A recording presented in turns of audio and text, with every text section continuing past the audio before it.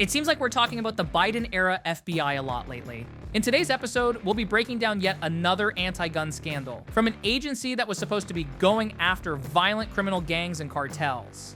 And this time, the FBI was using unconstitutional investigations, not to enforce federal, but state gun control laws. We'll cover all of this and more in the video. Hi, I'm Ben, and you're watching the Minuteman Moment.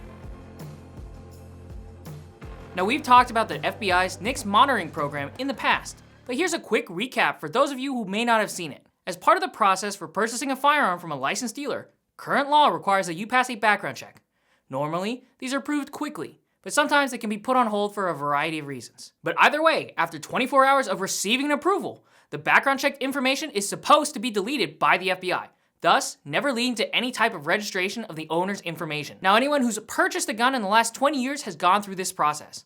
But the part I bet you didn't know is that the FBI has been secretly exploiting the law to hold on to the records longer than the statutory limit of 24 hours. It's called NICS monitoring. Under this dystopian surveillance scheme, any American, including non-prohibited persons, who are eligible to possess firearms will have their gun purchasing habits recorded and then sent to all manner of federal and state law enforcement agencies. This process allows any member of law enforcement, state or federal, to simply fill out a form requesting monitoring of a person's gun buying habits for up to 6 months at a time, with the option to simply extend the surveillance by just asking. There's also no informing the person that their records have been retained longer than the 24-hour time limit, and therefore, no one can challenge the FBI's surveillance. And it gets even worse. There isn't any judicial review or warrant required for the FBI to continuously monitoring you for purchasing a firearm.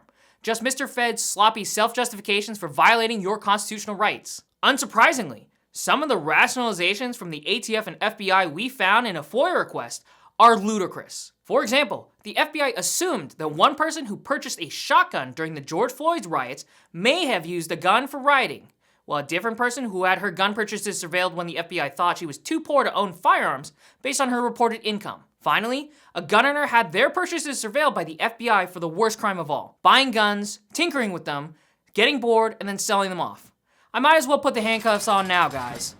But all jokes aside, the FBI saying we need to investigate people and retain their NICS information longer than the statutory limit of a day just because people want a way to defend themselves, or are irresponsible with their money, or enjoy the hobbying side of firearms is ludicrous. But here's the latest development. GOA recently discovered that since at least 2023, the FBI has been engaged in federal surveillance on gun owners on behalf of states with anti-gun laws. In other words, the FBI has been monitoring gun purchases not to enforce federal law, but to help anti-gun states enforce their own unconstitutional schemes. In one of the FOIA records, we discovered that an FBI special agent put a 6-month monitoring period on a person for the selling, manufacturing, transporting, and possession of an assault weapon.